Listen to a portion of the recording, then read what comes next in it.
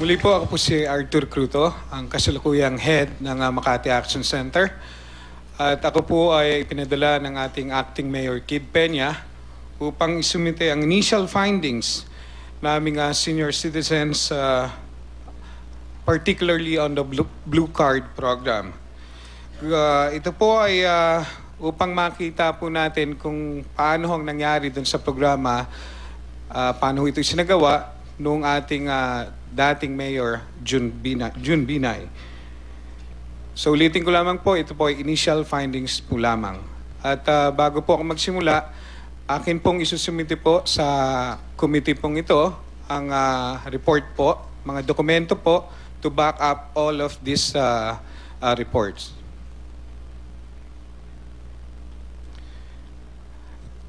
Our task force mandate is to audit and evaluate the Senior Citizens Benefit Program of Makati City.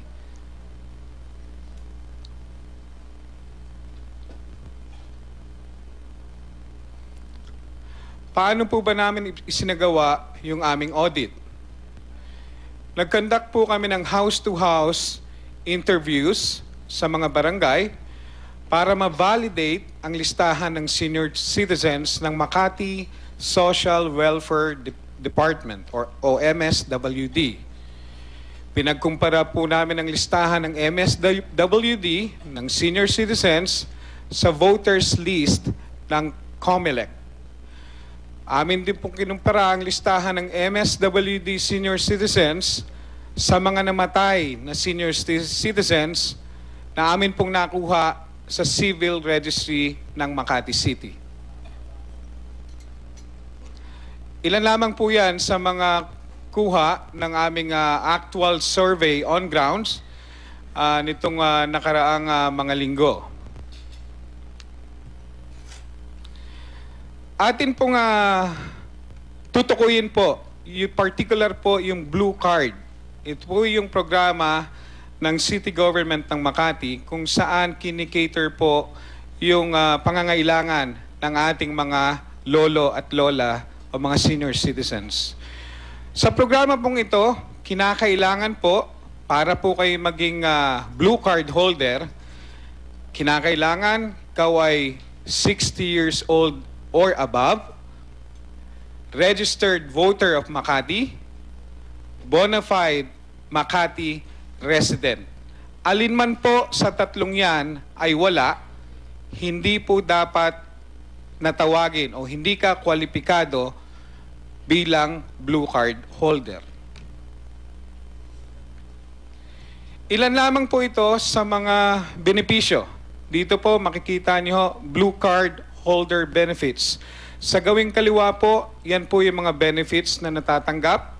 At sa gawing kanan po ng columns, yan po yung average cost per senior citizen per year. Average po lamang ito. Unahin ko po yung cash gift incentive na natatanggap ng ating mga lolo at lola sa Makati.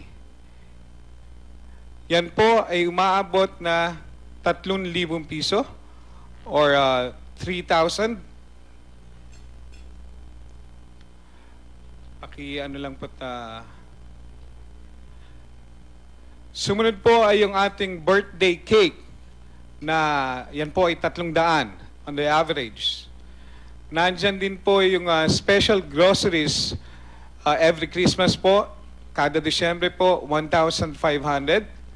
Free medicine maintenance. Ito po ay kada buwan po ito. At on the average, that's about 1,500. And sa amin po, ang aming lolo at lola, ay meron din po kaming free movies. Ang pinakamura po na ticket ng movie sa Makati is around 180 pesos. So on average, that would be around 350 or... And sa kabuuan po, ang total average po na natatanggap ng ating mga lolo at lola sa Makati sa kabuuan, kada taon, ay 11,750 pesos At kung hindi naman po natin pinapanalangin, kung sila po ay yayao, meron po silang karagdagan 3,000 piso para ho sa kanilang burial assistance.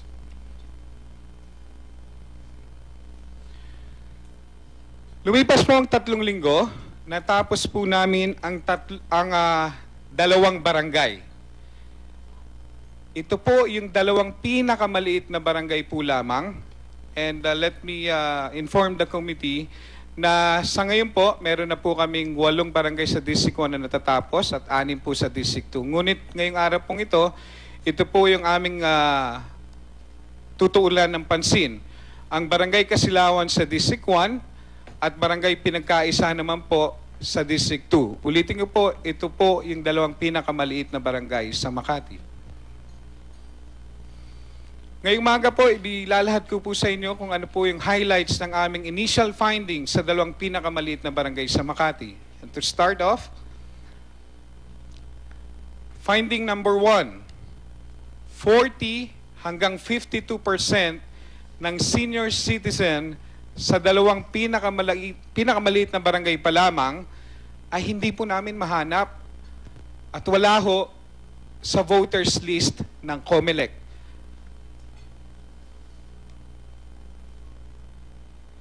Sa Barangay Kasilawan po, halimbawa, 1,095 senior citizens po ang nakalistang blue card holder sa opisyal na record ng MSWD. Ngunit sa aming pong pag-aaral, lumabas po na 660 out of 1,095 lang ang na-locate, aktual na nakita po ng ating mga surveyors, at sila po naman ay rehisadong botante sa Makati. At 435 naman po out of the 1,095 ay hindi po rehistradong botante ng Makati at hindi po namin makita sa address na ibinigay na nasa record po ng MSWD. So kung babalikan po natin yung requirements to be a blue card holder, 2 po yung hindi ho nila o yung qualification po na 2 ay talagang wala po. So 435 po ang dapat ay hindi kwalipikado at hindi ho dapat makatanggap nung anumang benepisyong aking nabanggit kanina. Sa Barangay Pinagkaisa naman po, isa pa hong maliit na barangay, o ito po yung pinakamaliit na barangay sa District 2, 938 senior citizens ang nakalista rin po as blue card holder sa opisyal na record ng MSWD. At lumabas po sa aming pag-aaral na 449 out of the 938 lang ang na-locate at rehistradong botante sa Makati. 489 naman po out of 938 ang hindi rehistradong botante at hindi rin po namin makita on grounds during the survey na kinonduct po namin. So ulitin ko po, 489 po ang hindi po dapat nakikinabang dahil ho wala po sila nung 2 kwalifikasyon na dapat ay napapaloob sa Blue Card program. Finding number 2, 25 senior citizens sa Barangay Kasilawan ay nakatira sa isang bahay lang. Particular po ang residenteng may house address na 1526 A. Mendoza Street. Nandyan po mga pangalan, 25 po yan.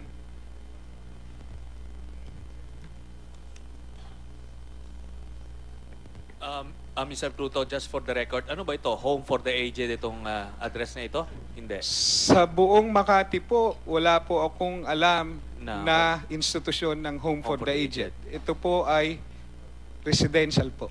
Pero itong 25 na ito, nakita nyo sila doon sa bahay na yon? O nakalista lang sila doon sa Sa 25 pong yan, sa aking pagkakaalam po, dahil ako po taga roon din, 3 lamang po ang on record din po na senior citizens po dyan At base din po sa aktual na survey na ginawa po ng ating mga tao on grounds, hindi po nila nakita yung 22 out of that 25. Oh, sige, you can proceed. Ikatlong finding po namin, may mga yumao pong senior citizen na kasali pa rin sa listahan. At ang iba ay tumanggap pa po ng benepisyo.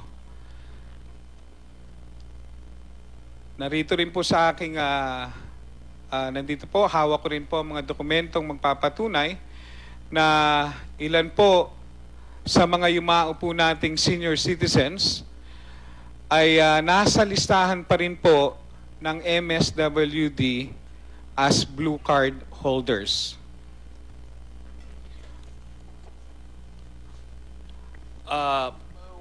Itong pinapakita mo rito sa slide na to, Mr. Cruto, ano po yan? Please describe that. Yan po ay death certificates po. Kami po ay nakakuha ng kopya sa aming Makati Civil Registry Office ng mga death certificates ng mga tao pong yan, o mga senior citizens, at amin pong ikinumpara dun sa MSWD record, at ilan po lamang yan sa initial findings po namin na nakita naming yumao na po patay na po, nandun pa rin po sa kanilang listahan. At ang isa po dyan, o dalawa po dyan sa aming nakita, ay 2013 pa po. 2 taon ang nakalipas na po, ay bakit po nandun pa rin po sa listahan ng blue card holder ng MSWD? Mr. Cruto, automatic ba na kung nasa listahan ay masasabi mo nang tumanggap siya ng benepisyo? May mga, mamaya po sa aking pagpapatuloy, makikita niyo po yan. Sige, na mayroon pong ganun. Tuloy niyo po, sige.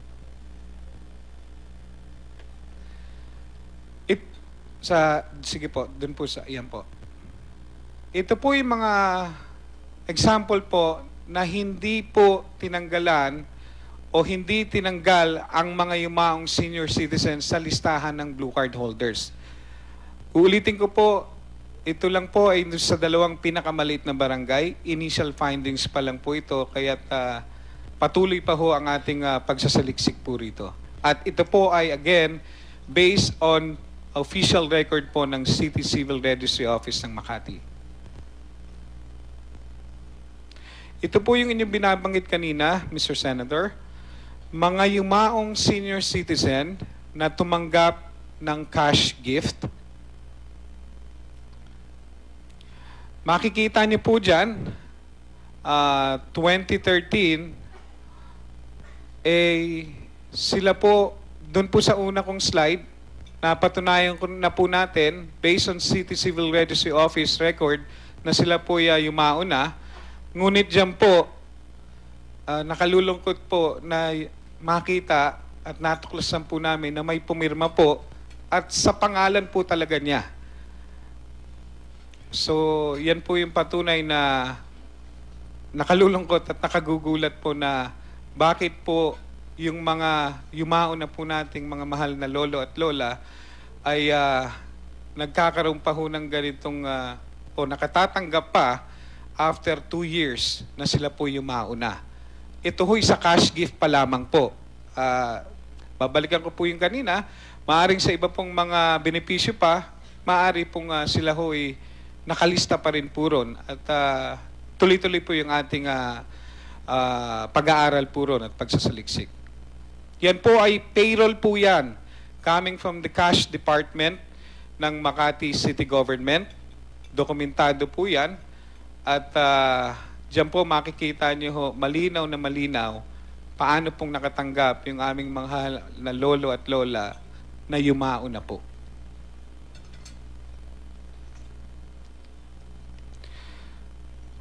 Pagkatapos po ng aming survey on grounds, pagkatapos po naming makita yung aktual o yung record ng official record ng MSWD at pagkatapos po ng aming pagsasaliksik sa City Civil Registry Office at sa COMELEC, ito po yung aming initial na konklusyon.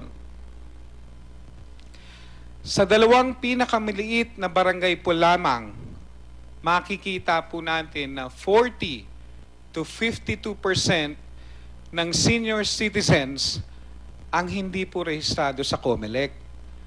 At hindi rin po namin makita sa address na ibinigay po sa listahan ng MSWD. Sa pagpapatuloy po, sa kabuuan po, mayroon pong 68,000 more or less ang total na senior citizens sa buong lungsod. Ito po ay meron po rin akong ditong dokumento na naglalahad din po ng parehas pong datos. Dahil po sa Makati portal po ng lungsod po namin, dated June 2 ng 2015 sa amin pong sariling portal, nakalagay po rito, some 68,187 senior citizens of Makati with blue cards will be receiving their mid-year cash gifts starting Wednesday. So may schedule po talaga. So tama po yung record po na 68,000 po. Kaya lamang po, sa amin pong initial na findings, lumalabas po 36,720 senior citizens o 54% ang mga qualified recipients ng blue card lamang. Dapat. Nakalulungkot po na 31,280 senior citizens ang 48% po na senior citizens ang kaduda-duda po tumatanggap po ng mga biyayang nabanggit ko po kanina na on the average cost per year ay 11,750.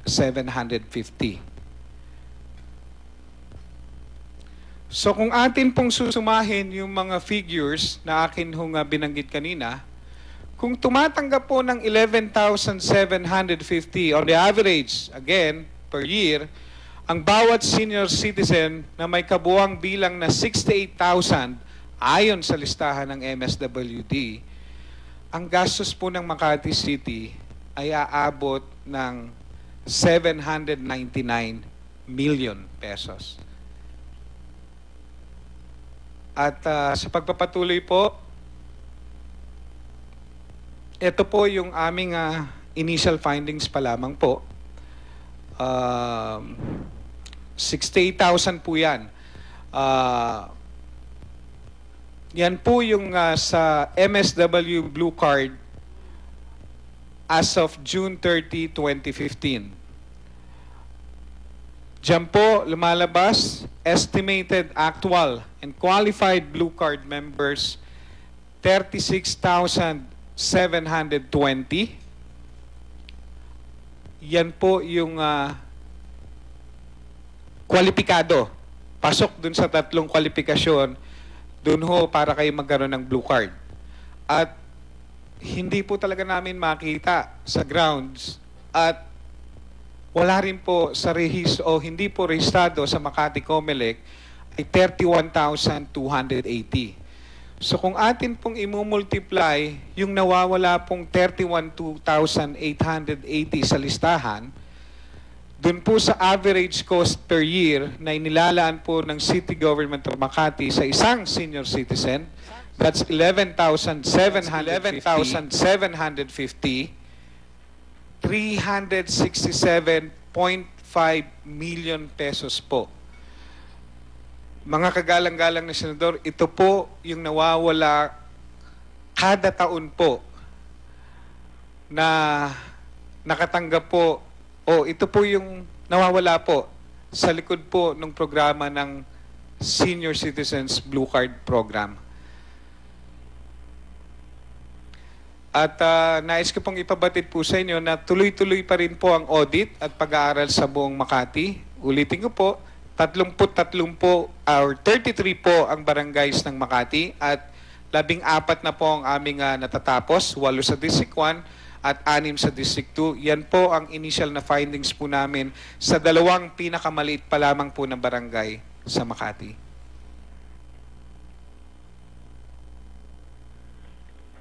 Mr. Cruto, may mga ilang katanungan lang. Dun sa sinasabi nyo, ito yung parang sample barangays, itong dalawa. Dun sa 14 other barangays or 12 other barangays na nakandak nyo na ng survey or audit, parehas din ba ang ratio? Lumalabas po na ganun nga po. So, ito na talaga, this is an established pattern. Yes. Opo. Okay, ngayon, dun sa sinabi nyong payroll na ito mga namatay, tapos yung pinakita nyong payroll kanina, anong buwan yon? Ito lang po yan. Ang cash gift po ng aming mga senior citizens ay binibigay po yan 2 beses po sa isang taon. Yung unang beses po, nung nakaraan lang pong June 2015. Hindi pa nakapwesto si Mayor Kid Peña. Hindi pa po dahil July po panumpa si Acting Mayor Kid Peña. So, ang sinasabi mo, yung mga pinakita mong sample na mga namatay ay ng 2013 pa, as early as 2013, hanggang nung June 2015 ay kumukubra sila ng benepisyo. Ganun ho ba yun? Tama po. Okay. Death certificate ho ba talaga yung mga nakita nyo? Narito po lahat sa akin po ang official records po. Sige, pabigyan natin yung mga spokesman ni Vice President Binay kasi naghahanap sila ng death certificate. Anyway, ganito yan. Itong sinasabi nyo bang 40+% projection ba ito? So, o talagang hindi nyo nakita sa COMELEC voters list? Dalawa po ang amin naging batayan, Mr. Senator. Una po, yung aming pong mga tao po sa Makati Action Center ay aktual na bumaba po at hanggang ngayon po ay nag-survey on ground sa lahat ng barangay ng Makati. At ang isa pa po ay yung official record po ng Makati Commission on Elections or Makati COMELEC po. Mr. Chairman, in that light, I move that we subpoena the concerned Makati officials, whether incumbent or previous officials, para sila po ang tatanungin natin, particularly yung Makati Social Welfare Department, at para mapaliwanag nila kung saan ito napupunta, itong nawawala. Yung 367 million pesos, ito ay conservative estimate or ano to? Parang pinalaki nyo for propaganda purposes. Ano ba yan? Hindi po, Mr. Senator. Ito po yung pinaka-konserbatibo na po. Ayon po dun sa trend po o yung pattern po na sinusundan po natin na lumalabas po more than 40% po ng mga nasa blue card list ng MSWD ay hindi po talaga namin makita. Okay. Well, kasi importante itong expose na ito na ginagawa ninyo. Dahil all these years, itong sila Vice President Binay at ang kanyang pamilya, nililin lang yung taong bayan. Lalo na yung particularly mga residents sa Makati, na tumutulong naman daw sila sa mga mahihirap. Pero dito, example, na kailangan nilang gumawa ng ganyang programa para makakabig sila ng 100 milyong piso. Kasi pag wala kang programang ganito, hindi mo magagalaw yon, hindi mo mapapaliwanag yan sa Commission on Audit kung saan mo ginastos. So kaya kailangan nilang gumawa ng mga ganyang programa para makapagnakaw sila. Ganyan yung mga modus na ginagawa na sana mamulat na po yung mga nagbubulag-bulagan. Ngayon, ang tanong dito, bakit ba mayaman yung Makati? Mayaman ho yung Makati dahil ando doon po yung mga negosyo, mga malalaking negosyo sa Pilipinas at doon sila nagbabayad ng buwis. Hindi po ito dahil kay Vice President Binay, dahil nung 60s, 70s pa ay nandoon na sila. Ngayon, dahil maliit ang lugar ng Makati at kakauntian kanilang tao, tapos malaki ang pondo, so malaking pondo pinaghahatian lang ng iilan. Pero kita nyo, kahit na yung mga dati nang mahirap sa Makati, hindi ho umuunlad.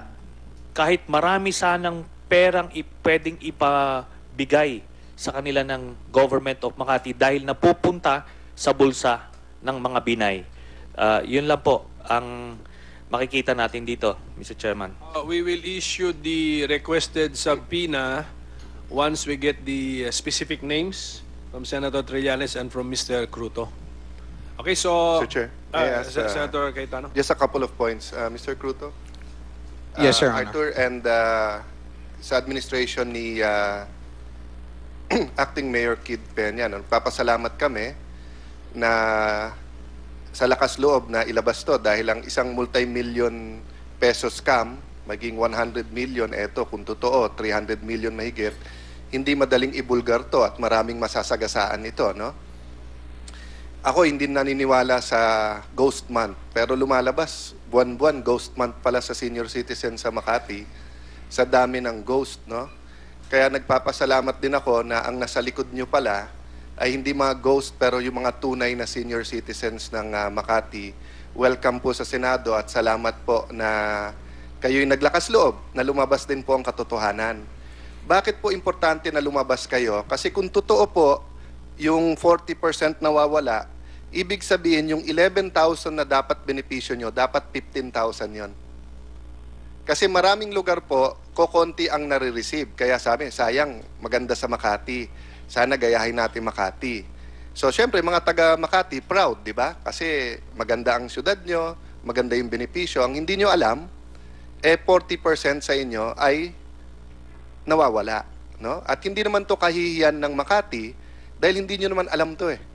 Kahihiyan to ng pamilya na kung totoo, sila gumawa nito. So, yun po ang aking question, sir. No? Lumalabas kasi parang sampling ang ginawa nyo. 2 sa malilit na barangay pero sabi mo 8 na, no? So you will also give us the others, to be fair, no? Sa Binay administration, makita din natin dun sa 8 kung pareho pa rin yung trend or nagbago. Tama po. Okay. Yung pong listahan nyo po na 68,000 yung listahan, 2015 list po yan. Opo. Meron ka bang 2010? Makakakuha po kami. Paki-check mo yung 2010 kasi tinignan po namin na, papasalamat din ako sa staff ko, no? Tinignan nila kaagad yung NSO. Sa National Statistics Office natin, ang official na senior citizen ng Makati, 36,752. Pero 2010 yon. So, ang 2015 nyo, 68,000. Wala pa naman ako nakikitang syudad na dumoble ang senior citizen in 5 years, no? Kasi remember, wala tayong census noong 2013. So, 07, 010, ngayon pa lang ginagawa yung census. So, dun po nagsasabi na hula-hula, spekulasyon, hindi maganda yung sa inyo. Mabe-verify naman po natin yan kasi ginagawa yung census ngayon. So, gamitin natin yung voters list na sinabi nyo ginagamit nyo na, yung listahan nyo ng blue card, tapos yung NSO. But sa preliminary, no, sa 2010, mas malapit yung NSO dun sa findings nyo kaso dun sa listahan. Okay. Sir, anong position mo sa City of Makati ngayon? Ako po ngayon ang head po ng Makati Action Center under the Office of the Mayor. Dati, anong position mo? Ako po ay barangay kagawad po ng Okay. Barangay Kasilawan. Magagawa ba tong audit na to kung hindi na alis o hindi na suspindi si Mayor Junjun Binay? Masasabi ko pong hindi po siguro. Sige. Kasi kaya ako tinanong to dahil nung bringing up po ng ilan po nating matatapang na dating kasama ni Mayor Binay tungkol dun sa cake at naalala ko po, sinabi po ni Attorney Bundal na ang pakiusap niya lang mailabas yung dokumento, ang problema tinatago. In this case, I share your view. I doubt na ginawa yung audit o magagawa yung audit kasi ang balita ko, even on the ground, may harassment sa mga nag-audit. This time ba around, na-harass yung nag-house to house? Hindi naman. O nabantayan nyo na dahil may acting mayor na kayo? Hindi naman po naramdaman po yun dahil nakagsasalta naman po yung mga residente na walang taong ganyan dito. So, 2 garanti ang gusto kong makuha po sa inyo. Number 1, na ipapagpatuloy nyo yung audit sa iba't ibang pondo at iba't ibang programa ng syudad. Tama po, yan Okay. po ang direktiba po ni Sige. Acting Mayor Kid. Pangalawang garantiya na open ang inyong audit sa pamilya ng Binay para makita nilang fair at makontest nila. No? Kasi kung sasabihin ng Binay, eto numero namin, kami tama. Sasabihin naman ni Acting Mayor Kid Peña, eto yung tama. But if you open up your audit to the media, to the people of Makati, to the Binays, hindi nila maitatanggi to, di ba? Bukas po ang lahat po ng record po. Handa po yung ating... So anyone from the Binay camp who wants to look at the numbers o sumama sa inyo sa house to house, welcome po sila. Tama po. No. Dito din po sa committee, by the way, no? We never barred them from the hearing. In this case, si Mayor Junjun na to dahil 2015. In the case of the school buildings, it was panahon pa ni Vice President Binay. They're welcome to come here, di ba? At sila mismo. Ang problema minsan, walang personal knowledge yung pinapadala nila o kaya biglang nagtatago yung ibang opisyalis pag pinapatawag na namin. Nung isang araw po, so are you convinced, no, after your audit, na may anomalya itong, I mean, of course it's obvious, but let me get it straight from you. Are you, after the audit, at least of these 2 barangays, no, are you convinced that graft-ridden or may anomalya itong senior citizens program ng Makati? Mahirap pong itanggi po kung may data po o record po eh. Ang lahat po ng aking sinabi ngayong umaga ay based on data at Okay. actual pong sinagawa po. So meaning kung patay o wala doon, hindi, pero nakuha yung pera, hindi naman pwedeng nag-evaporate lang yung pera, di ba? Hindi naman pwedeng nagpirma tapos parang tubig na na-evaporate. Obviously, may napuntahan yung pera na yon. Tama po. Kasi po, kung mapapansin nyo dun sa mga records, kung patay na ho at pumirma pa rin po at sa pangalan niya po mismong eksakto, eh kaduda-duda po talaga. Okay lang po kung may 4. Yeah. Eh kaso po... Sa wala amin po, ganun. hindi nakakapirma ang mga patay. Baka may technology sa Makati na nakakapirma yung patay. But so far, wala pa akong alam nun. So, can you emphasize ulit, magkano yung total funding for the senior citizen sa Makati? Was that 799 million po kung 600 kung yan po ay para sa 68,000 pa lang amang 79 799 million So if you pesos. divide it by the 68 million, average 11,000 each, no? 11,750 Okay. Bakit ko po ito ine-emphasize? Kasi ang alam ko po sa budgeting, 23 years na po ako sa gobyerno. I started as a municipal councilor, vice mayor, Congress, tapos sa Senate po. Parating dumadaan sa atin legislators ang budget, no? Ang budget ay estimate, pero hindi sa hangin kinukuha yung numero. Ibig sabihin, hindi po i-appropriate ng council yung ganong kalaking pondo nang walang numero. So, ibig sabihin, tatanungin ng isang konsehal o ng isang congressman, halimbawa, DSWD yan, o ma'am, magkano per senior citizen? Sabi nila 11,000. O ilan senior citizen? Ma'am, more or less 70,000 or 68,000. Diba? So, kaya ka may number na 799 million. So, dun pa lang, may intent na may anomalya. Kasi kung 40,000 lang o 36,000 lang ang senior citizen, di dapat pag-appropriate pa lang ng pera, 400 million lang dapat yan, hindi 700 million. Tama po. I'm not saying kasama ang mga konsehal. Maaring kasama, maaring niloko lang sila. Kasi what I'm saying is that there's a conspiracy here. Kasi this is not 1 or 2 out of 100, 1,000 senior citizens na patay na, baka hindi alam, kunin ko to. It's a whole conspiracy because if it's 40%, di may sistema na sa paggawa nito. Yung audit nyo po is for what year, sir?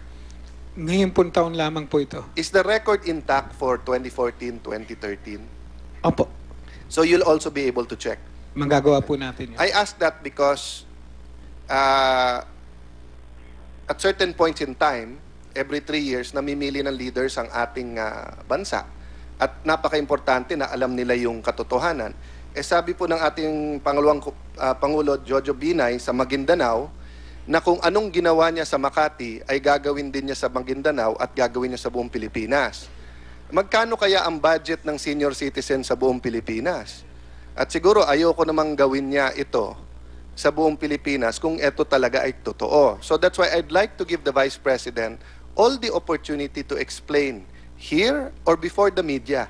What does he mean na yung ginawa sa Makati ay gagawin din niya sa Pilipinas? Because the good comes with the bad, di ba? Pag may pinakasalang ka at sinabi in sickness or in health, di ba? Yung lalaki o babae, pinapakasalan mo both the good and bad in him. So hindi niyo pwedeng sabihin, tignan niyo yung magandang ginawa sa Makati, yung 60% na nakatanggap ng 11,000. Eh yung 4,000 po na nabulsa yung pondo, hindi natin titignan yon. So let's give the Vice President, his family, Mayor Junjun, if he'd like to return here to the Senate, no? He's complaining about being suspended, yet in the first, gaano katagal na ho ba? 2 months? Kailan ho ba na-suspende? Almost 2 months. In the first 2 months, 300 milyong kaagad nakitang nawawala. And this is in just one program, hindi po ba? Tama po yan, Mr. Senator. Ni-reveal ni Senator Trillanes in the early first few hearings na parang napakalaki ata ng budget for computerization and IT ng Makati. So are you also looking at the other programs, no? Mayroon na pong direktiba si Mayor Kid Okay. Peña sa mga bagay pong yan. So far, Mr. Chairman, that's I'll stop there. But again, let me just emphasize, no, this is one side of the story, but this is not haka-haka. This is not allegations. There's an argument. There's a assertion. There is proof. There's documentary evidence, no, and there are lists. Ibig sabihin, members of the media are present here today. They can get a list of the senior citizens of any barangay. Pwede rin sila mag-house to house kung gusto nilang tignan para malaman natin kung sino nagsasabi ng totoo. But right now, kung meron presumption of innocence sa Binay family, that presumption is precisely a presumption. You presume, di ba? But once evidence is submitted, nagsishift yung burden.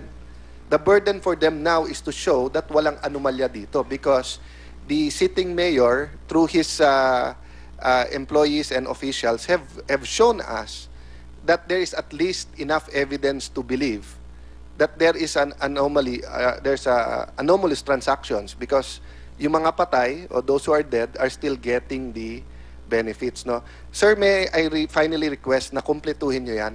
Kasi syempre, iba yung sampling, iba yung isa-isa. Kasi alam nyo po, minsan ang gagawin ng iba, palalamigin lang yung issue, mawawala dokumento, hindi matutuloy yung kaso.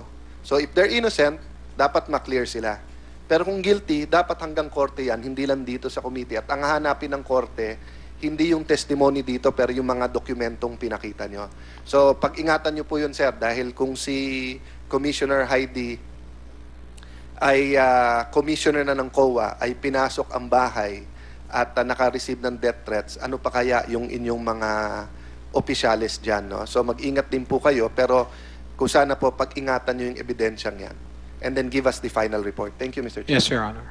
Can I follow up kayo, Mr. Cruto? Tatapusin ninyo yung audit, yung final report, pakibigay po sa subcommittee. Gagawin po namin yan. Okay. Pero napansin ko po, since nag-audit na rin naman kayo, yung 799 million pesos na nabanggit nyo, ang ginawa ninyo, minultiply ninyo yung 11,000 sa 68,000. Tama po. Bakit hindi yung silipin sa ordinance kung magkano talaga ang inilaan para sa senior citizens program? Dapat masisilip natin sa ordinance yan. Yes, Vice Mayor Mercado.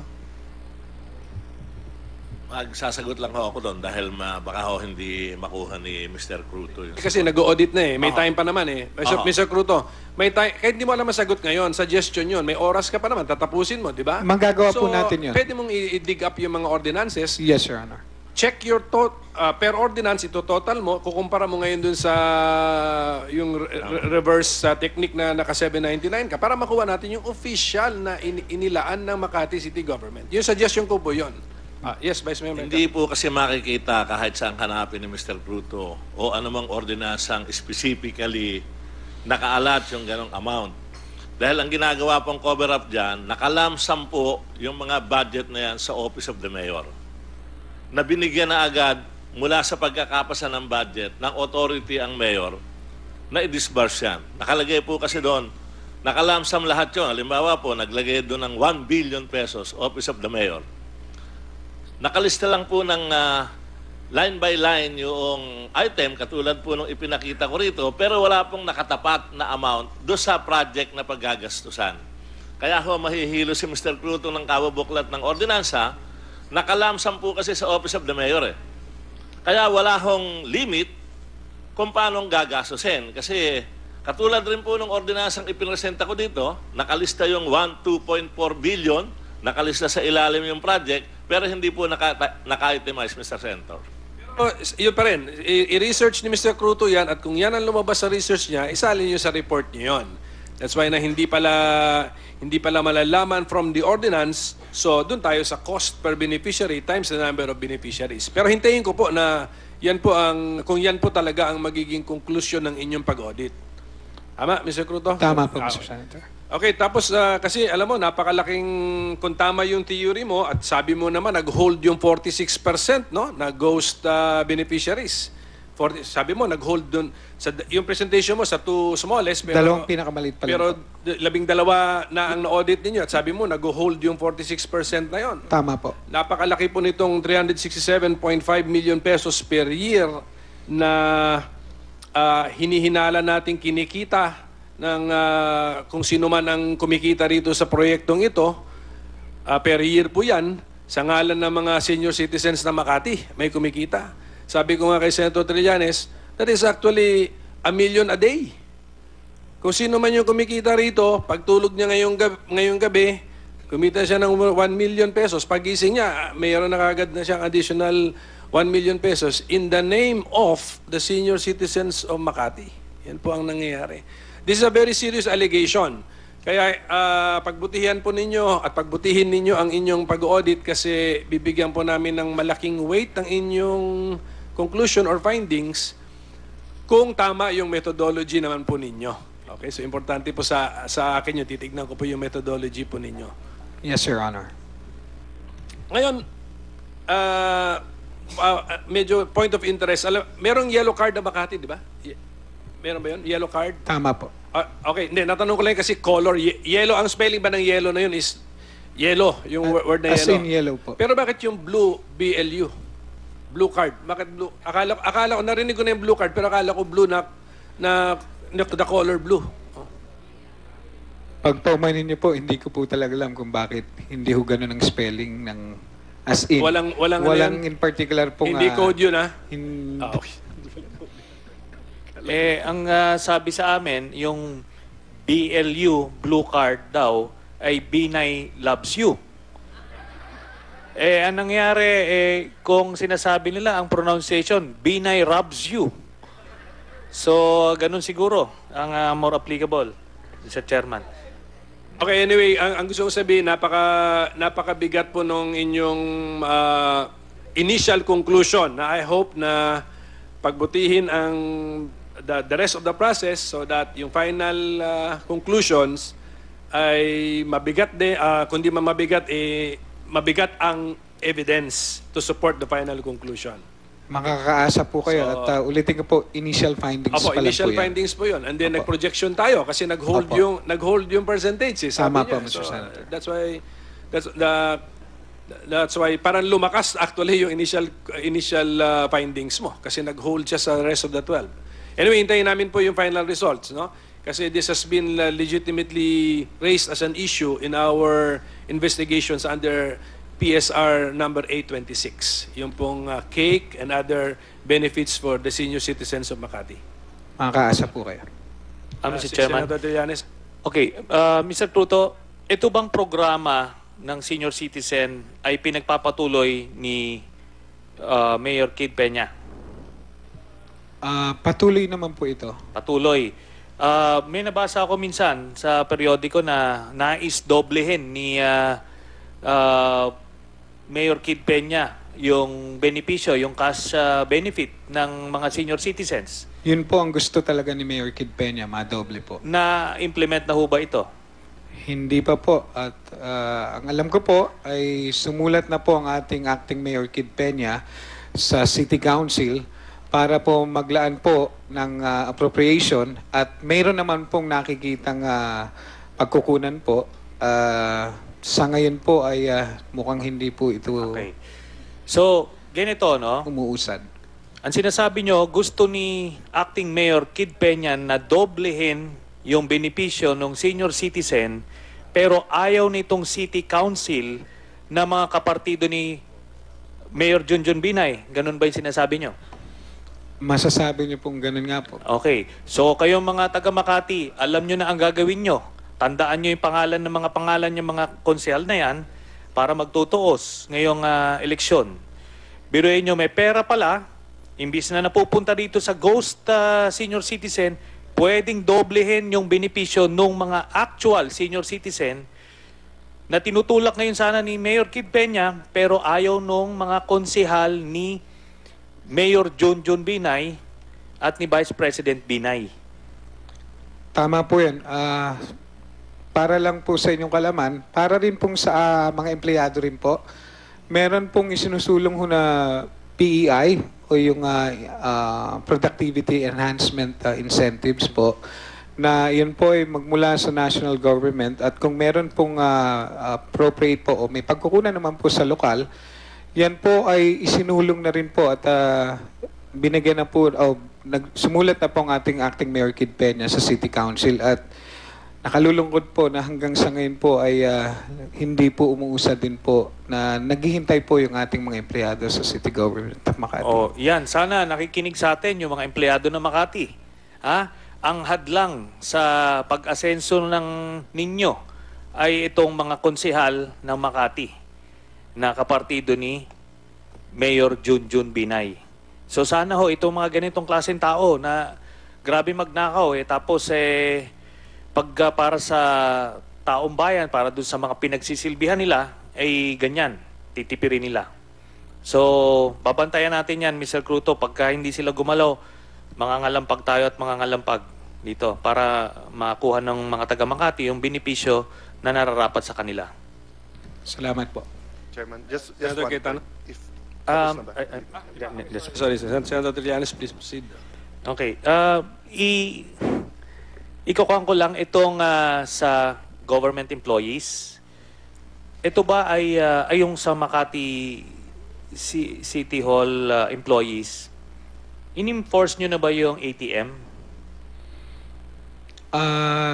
Ang alam ko po ay isinusulong na po yan dahil kami na lamang po yata sa buong Metro Manila ang hindi po naka-ATM po eh. Okay, pwede nyo bang pwede ba kayo mag-impose ng deadline na at a certain date? Pagka hindi pa kayo nakapag-ATM, hindi na kayo bibigyan ng sweldo? Pag paumain niyo po, yata hindi po ko po masasagot kung dahil hindi ko po linya po kung ano ho yun. Oo, dahil- Tamang kalagayan po dyan. Alam niyo po, meron tayo ngayong pinag-aaralan na kasi ang budget ng empleyado sa Makati ay aabot sa 3 billion pesos. So, hindi natin malaman dyan kung gaano kalaki dyan ang ghost employees. Hindi natin malalaman yan kung hindi kayo mag-ATM. Alam nyo yung 3 billion pesos, ang katumbas niyan isang departamento sa gobyerno. Parang yung Department of Transportation and Communication. Yung kanilang personal services, ganyan. Yun, merong Coast Guard, Marina, kung ano-anong departamento. Napakalaki. Pero ang Makati is 3 billion. So, kailangan nyo ma-enforce yan. Otherwise, meron na namang kumikita. Baka hindi lang 1 million a day. Baka mga 5 million a day. Okay? So, pakipaspasan na lang po yun. Thank you. Mr. Cruto, bakit nga ba hindi si Acting Mayor Peñang nandito ngayong araw? Next time siguro. Kasi yung mga suggestion, yung mga ATM, alam ko wala na sa'yo yan. Nag-audit ka ng senior citizens program eh. Maybe kung meron tayong ganung katanungan, we have to invite Acting Mayor Kid Peña, no? To be with us.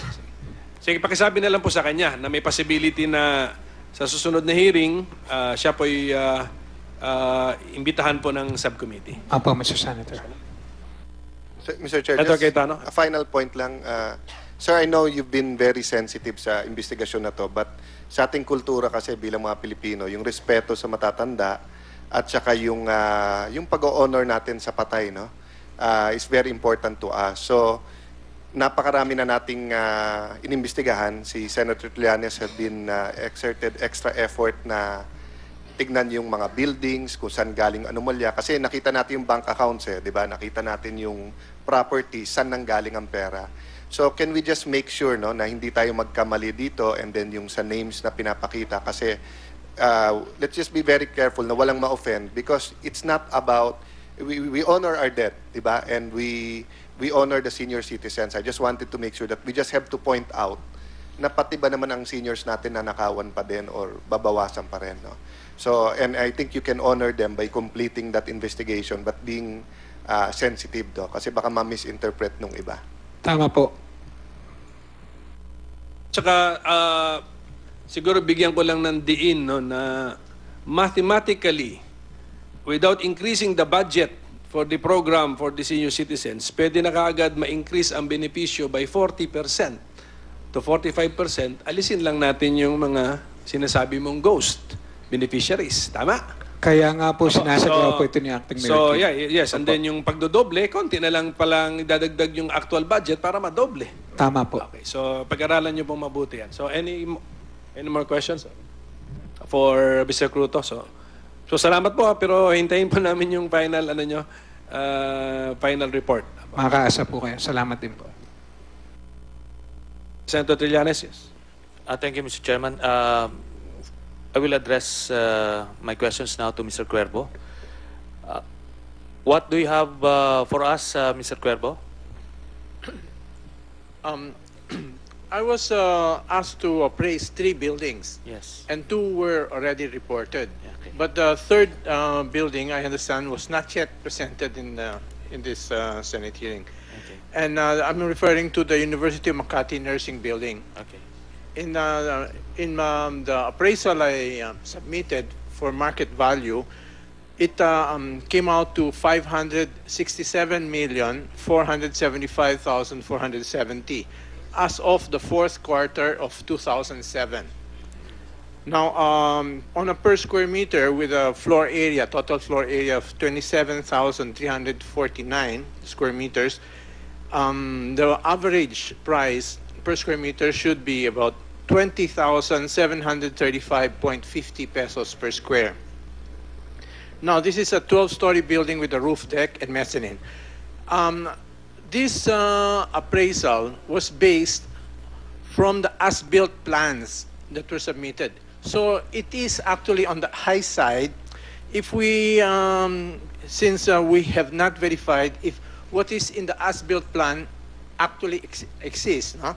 Because in our experience in the high school building, what was presented in the as-built plans, like auditorium, was actually just unfinished construction. So this appraisal is still on the high side. Okay. Thank you, Your Honor. Well, anyway, can you just submit to us your findings, your report, and we will also ask you to appraise a few more buildings that is on deck in the investigation. I have already submitted this report on May 26, Okay. 2015, and it was just not yet presented Yes. here. Okay. Thank you, Your Honor. Well, thank you very much for that, Mr. Cuervo. Mr. Cuervo, do you find it irregular or unusual or anomalous for an unfinished room or portion of a building to be reported in an as-built plan as if fully built? Is that also irresponsible for the contractor to do that? Okay, first of all, the as-built plans were not signed. Okay. And as a matter of fact, we in the specifications even states or equivalent, like certain flooring or equivalent, which is not the case for as-built because you have to have it already, certain what was already on place, no? So these were the things that we observed. Thank you, Your Honor.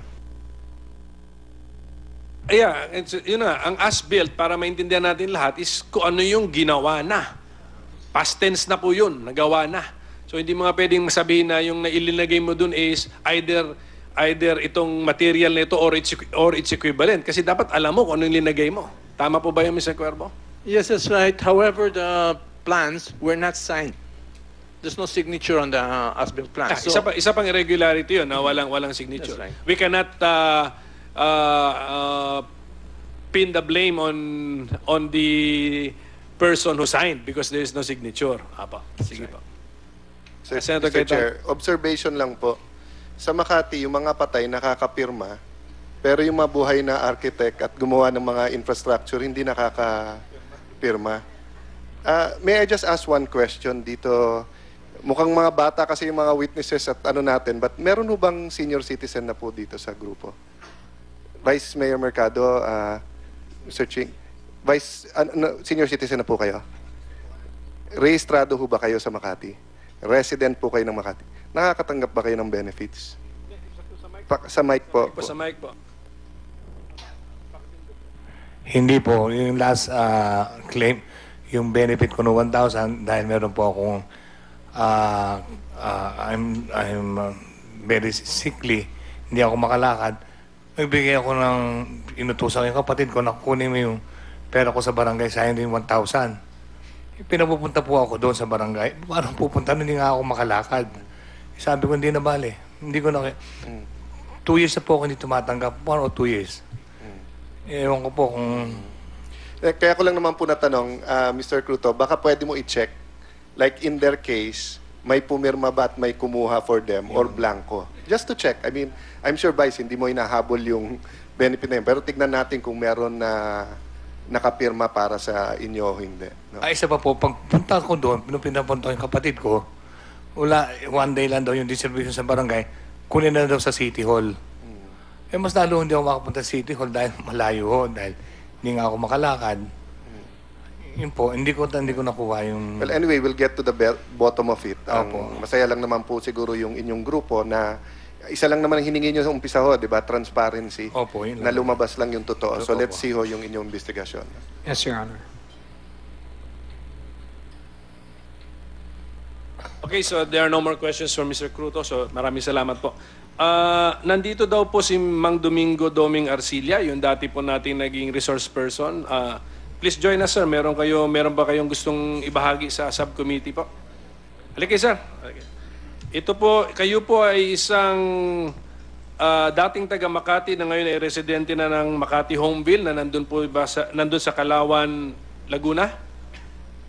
Aba.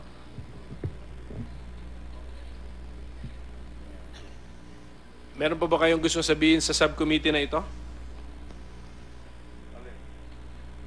Mayroon lang po siyang sasabihin na kasi nung magpapasalamat lang po sana ko sa acting Mayor Kid Piña.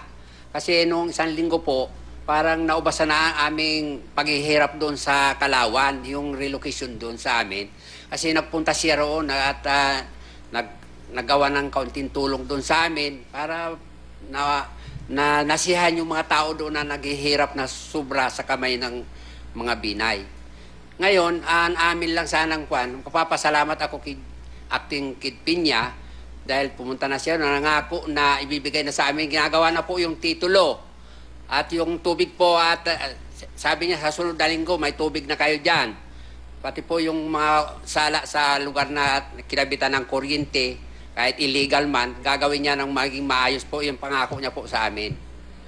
Yun lang po ang sasabihin ko at kung hindi po dahil sa Blue Ribbon at nagpapasalamat po ako dahil hindi po matutuklasan ang tunay na kasiyahan ng aming paghihirap ng mga senior citizen. Kaya napasugod po ako rito dahil nabalitaan kong may binabalita sa TV na may senior citizen na programa rito. Kaya po napasugod ako rito. Dahil isa rin po ako sa apektado kong mga senior citizen na yan. Itong pong bigayan na itong John, hindi na po ko nakatanggap. Dahil 1,000 po ang tinatanggap, ay dapat 1,500 na dahil 70 na po ako eh. Wala po, di na po ako nabigyan ng tanggap dahil alam nila eh, siguro, nagtistigo ko sa ganong sitwasyon. Ang sa akin naman na sinabi, katotohanan lang, hindi na kami. Talagang pangako nila doon, bigyan kami ng titulo, bigyan kaming tubig, bigyan kaming ilaw, kabuhayan, wala. Ang kaunting ini-income namin doon, nawawala na parang bula. Yung mga katiwala niya doon, wala. Gutom talaga kami. Kaya sana, isasuggestion ko sa Mayor na Kid Piña, acting Mayor Kid Piña, na lahat na naka-assign doon na kuwan ni Mayor, tanggalin na. Kasi lahat na pagkakitaan, kinukuha nila.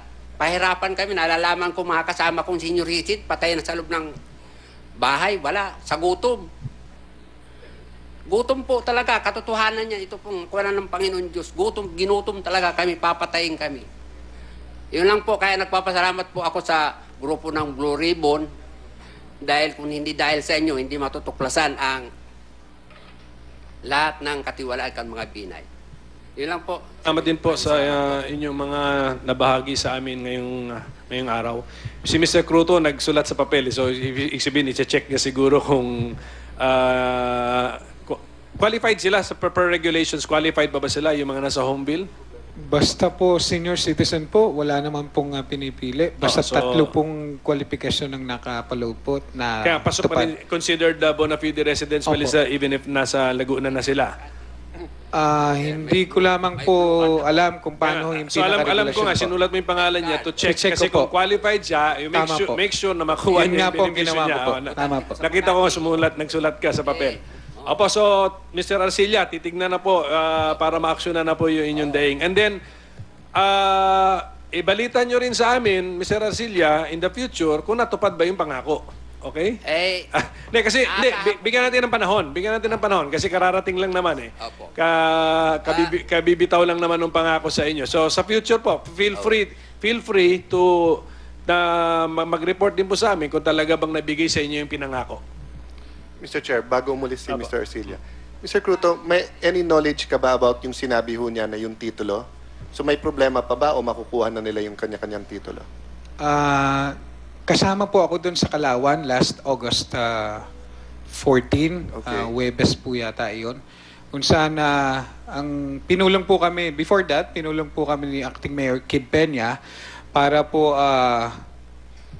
bigyang kalinga po yung Kalawan at pumunta po lahat ng department heads noong araw pong yon at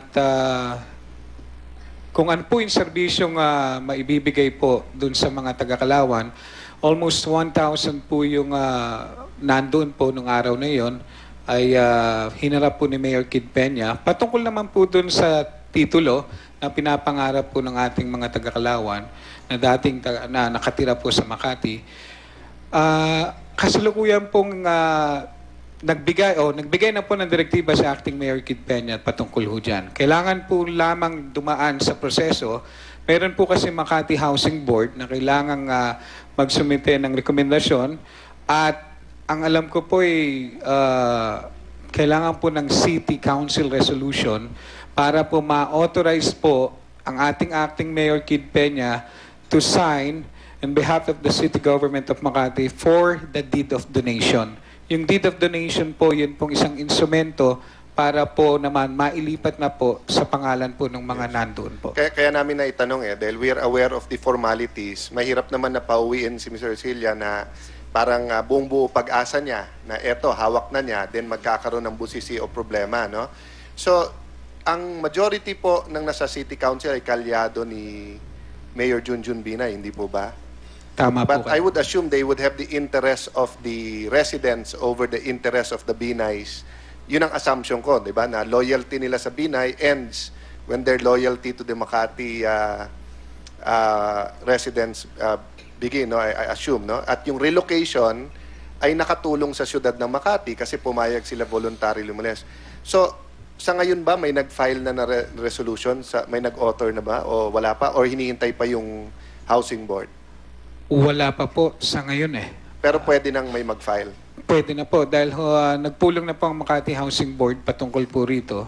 At ang alam ko po ay kailangan pong action. Sa next hearing, can we know kung meron na? Kasi kung hindi, ibig sabihin ayaw ng council. Remember, we revealed before na ito'y isang SOP ng ilan mga politiko na nagaganap na yung mga tao hindi bibigay yung titulo para habang wala sa kanila titulo, hindi sila malayang kung sinong iboboto nila, no? And national man o local yung agencies, kinakalampag natin na ibigay kaagad yung titulo. So, in our next hearing, please inform us whether sa City Council ay meron ng resolution na for authorizing the mayor tsaka deed of donation. Kasi kung hindi, kahit ano pong pangako ni Mayor Kid, kailangan niya yung dokumentong yon para mapamigay yung titulo. Sir, last question. Ilang taon na pinapangako sa inyo yung titulo na yan? Mr. Arcilla. Kailan ba kayo nilipat doon? Mula pong lumipat kami, alam ko, 2010 pa yata kami naglipat, 2009. Mula lumipat kami, sabi, lumipat na kayo, may magandang buhay kayo doon. Bibigay namin yung pabahay, pagkatapos yung kabuhayan, tapos titulo. Walang nangyari po. Hirap. Katotohanan po yan. May tangki doon, may tumalo ng tao doon, nagsisigaw. Nasaan ka, Binay? Wala. Tumalo.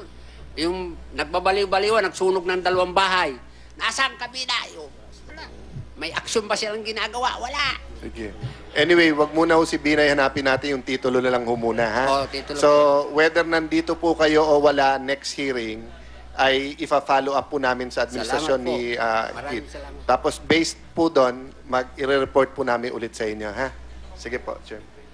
Siguro po, kung sino man ang representative ng So, city. okay, so there being no further questions, I'd like to thank all of our resource persons. Salamat din po, Ginoong Arcilla, sa inyong pagbisita sa hearing natin. So meron po tayong nakaschedule na isang hearing, August 26, 2015. Yan po ay Wednesday, 9:30, ang target time po natin. Mr. Limlingan, we are now formally inviting you to also attend that hearing on Wednesday. Yes, Your Honor. Mr. Cruto, pakisabi kay Acting Mayor Peña kung pwedeng pumunta po siya rito. Makakarating Sama po. na siya. So salamat po sa inyo lahat. Salamat din po sa senior citizens ng Makati. Tayo po tayo para pakita natin matibay pang tuhod natin. Salamat po. Thank you sa inyo. Our hearing is hereby suspended. Sinuspend na nga po itong pagdinig dito nga sa Senado. Kaugnay pa rin sa umano'y manumalyang building. Doon naman sa Makati na nag-ugat na nga sa paglabas pa ng iba pang umano'y anomalya sa syudad ng Makati. Wag po